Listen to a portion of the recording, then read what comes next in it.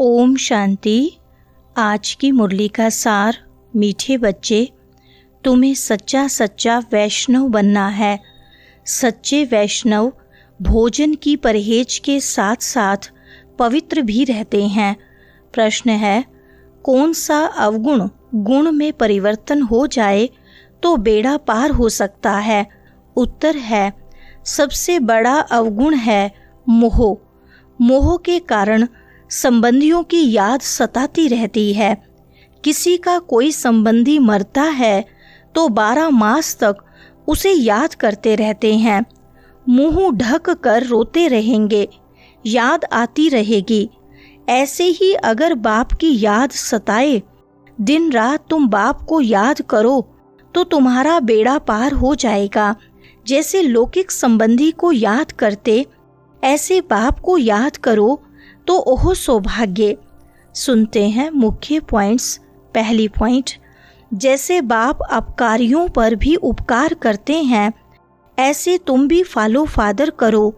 इसका भी अर्थ समझना है। बाप कहते हैं, मुझे याद करो और किसका भी नहीं सुनो। कोई कुछ बोले, सुना अनसुना कर दो। तुम मुस्कुराते रहो तो वह आपे ही ठंडा हो जाएगा।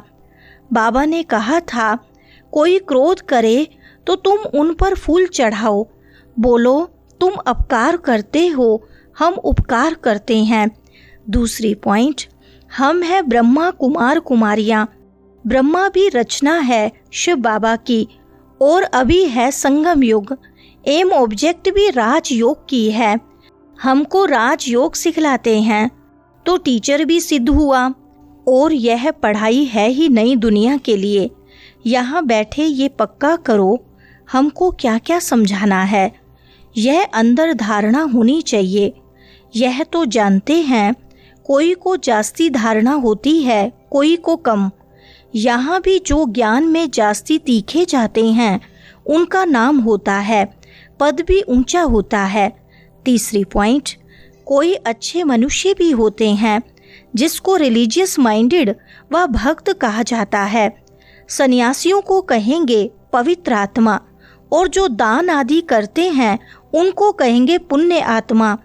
इससे भी सिद्ध होता है, आत्मा ही दान पुण्य करती है, इसलिए पुण्य आत्मा पवित्र आत्मा कहा जाता है।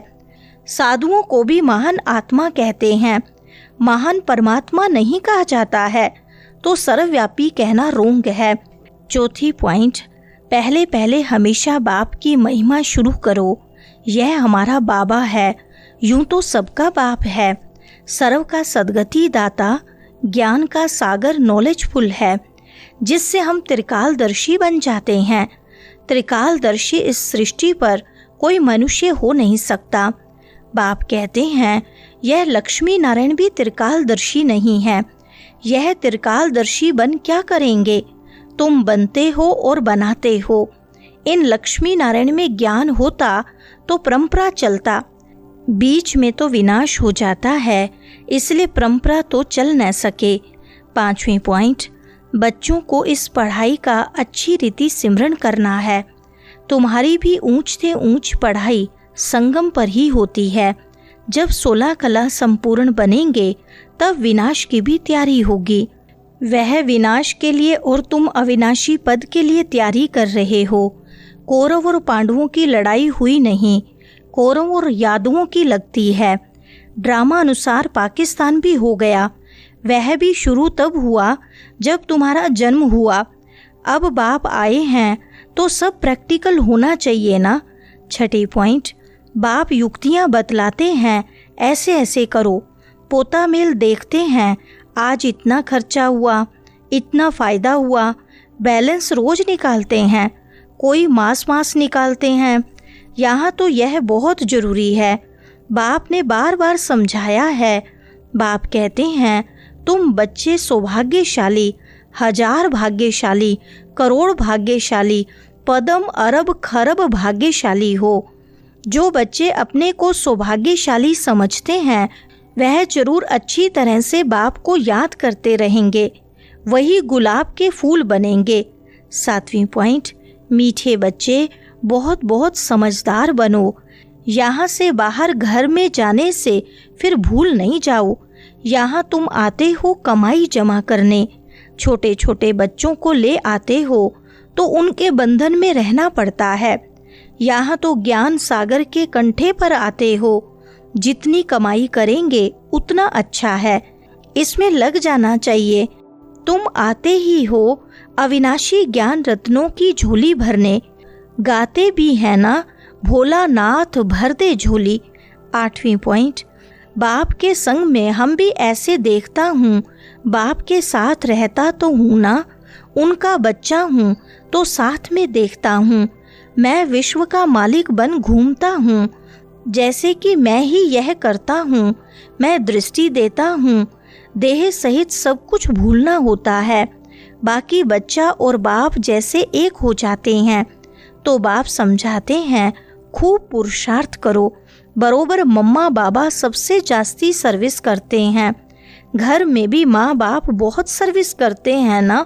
सर्विस करने वाले जरूर पद भी ऊंच पाएंगे। 9वीं पॉइंट, अभी तुम ब्राह्मण हो, नॉलेज मिल रही है। पढ़ाई से मनुष्य सुधरते हैं, चाल चलन भी अच्छी होती है।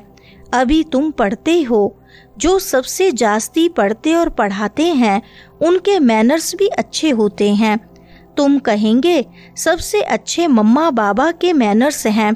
यह फिर हो गई बड़ी मम्मा, जिसमें प्रवेश कर बच्चों को रचते हैं। माता पिता कंबाइंड हैं। कितनी गुप्त बातें हैं। जैसे तुम पढ़ते हो वैसे मम्मा भी पढ़ती थी, उनको अडॉप्ट किया। सियानी थी तो ड्रामा अनुसार सरस्वती नाम पड़ा। ब्रह्मपुत्रा बड़ी नदी है। 10वीं पॉइंट, बाप खुद कहते हैं, सारी दुनिया के मनुष्य मेरे अपकारी हैं। मुझे सर्वव्यापी कहकर कितनी गाली देते हैं।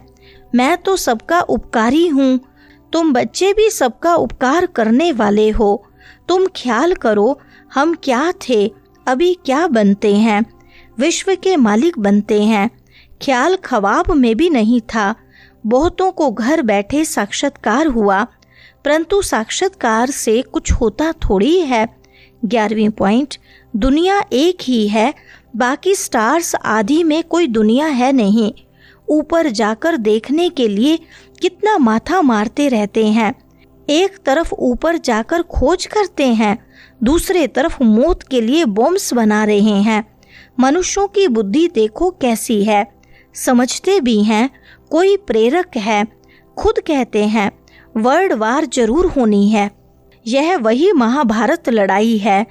अब तुम बच्चे भी जितना पुरुषार्थ करेंगे उतना ही कल्याण करेंगे। वरदान है, सागर के तले में जाकर अनुभव रूपी रतन प्राप्त करने वाले सदा समर्थ आत्मा भव। विस्तार है, समर्थ आत्मा बनने के लिए योग की हर विशेषता का, हर शक्ति का और हर एक ज्ञान की मुख्य पॉइंट्स का अभ्यास करो। अभ्यासी लगन में मगन रहने वाली आत्मा के सामने किसी भी प्रकार का विघ्न ठहर नहीं सकता। इसलिए अभ्यास की प्रयोगशाला में बैठ जाओ। अभी तक ज्ञान के सागर, गुणों के सागर, शक्तियों के सागर में ऊपर ऊपर की लहरों में लहराते हो, लेकिन अब सागर के तले में जाओ तो अनेक प्रकार के विचित्र अनुभव के रतन प्राप्त कर समर्थ आत्मा बन जाएंगे। स्लोगन है, अशुद्धि ही विकार रूपी भूतों का आह्वान करती है, इसलिए संकल्पों से भी शुद्ध बनो। अच्छा, ओम शांति।